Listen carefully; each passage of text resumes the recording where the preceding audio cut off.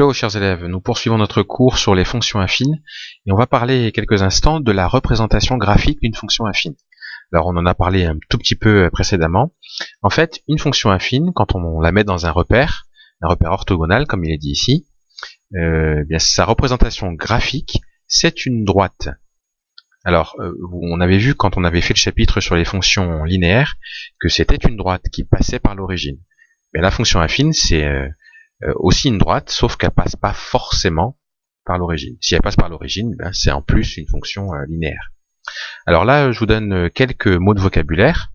Le nombre a, on appelle ça le coefficient directeur de la droite, donc qui est la représentation graphique de la fonction. Et puis le nombre b, c'est ce qu'on appelle l'ordonnée à l'origine. Alors, vous verrez que la droite, la représentation graphique de D passe par le point 0B.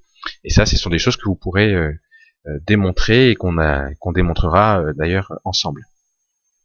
Alors, on avait également vu, lorsqu'on avait fait le chapitre sur les fonctions linéaires, que en fonction des valeurs de A, la droite, ou elle monte ou elle descend.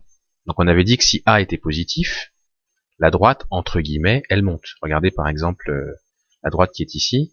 Quand on part de la gauche vers la droite, de gauche à droite, on voit bien que la droite, elle, monte. Voilà. Donc, si elle monte, ça veut dire que le A, le coefficient directeur, il est positif. Par contre, si elle descend, ça veut dire que le coefficient est négatif. Puis, dernière chose, si A est égal à 0, eh bien cette droite, elle est parallèle à l'axe des abscisses. Voilà, parallèle à l'axe des abscisses, donc elle aurait une orientation un petit peu comme ce que vous voyez là ici à l'écran, comme ça. Alors, comment maintenant représenter graphiquement une fonction affine?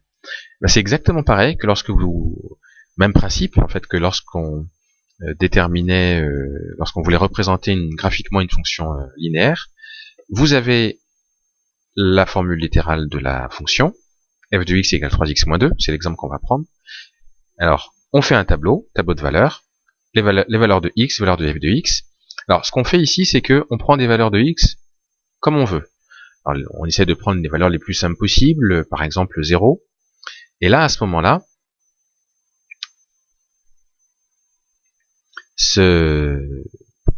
on va déterminer les valeurs de f de x. Alors, je vais faire tout ça ici. Voilà. Alors, j'en fais mon tableau. Voilà. Avec mes colonnes. Donc ici, j'ai les valeurs de x. Ici, j'ai f de x. Alors, je sais que c'est f de x égale 3x plus 4, si j'ai bonne mémoire. Non, c'est 3x moins 2, donc j'ai pas bonne mémoire du tout. Hop. 3x moins 2. Alors, je vais choisir comme valeur de x 0 par exemple, et 2. Après, qu'est-ce que je fais? Je calcule f de 0, puisque j'ai remplacé mon x par 0. Et donc f de 0, c'est égal à 3 fois 0, moins 2. Ce qui fait moins 2. Donc f de 0, ça fait moins 2, donc je peux écrire ici que quand x égale 0, f de x égale moins 2. Et puis, maintenant je calcule f de 2, je remplace x par 2, ce qui me donne donc 3 fois 2, moins 2. Ça fait donc 6 moins 2, ce qui fait 4.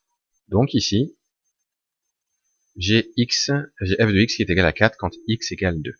Donc maintenant que j'ai fait mon tableau, j'ai en fait les coordonnées de points. Donc ici, j'ai les coordonnées d'un point, là j'ai les coordonnées d'un autre point, et il me suffit de les placer sur un graphique. Donc comme vous pouvez le voir dans votre cours, voilà ici. Donc je place le point 0, moins 2, qui se trouve ici. Je place ensuite le point 2, 4. Le point 2, 4, il se trouve ici. Et je trace ma droite qui va passer par mes deux points. Et donc, ça, ce sera la représentation graphique de ma fonction. On n'oublie pas de marquer x et y sur le repère. Et puis, on n'oublie pas non plus de marquer sur la droite. Alors là, il y est pas, mais il faudrait peut-être le marquer. Juste écrire y est égal à 3x moins 2, puisque la droite, c'est ce qu'on appelle l'équation de la droite. Y est égal à 3x moins 2. Donc voilà comment on peut tracer la représentation graphique d'une fonction affine.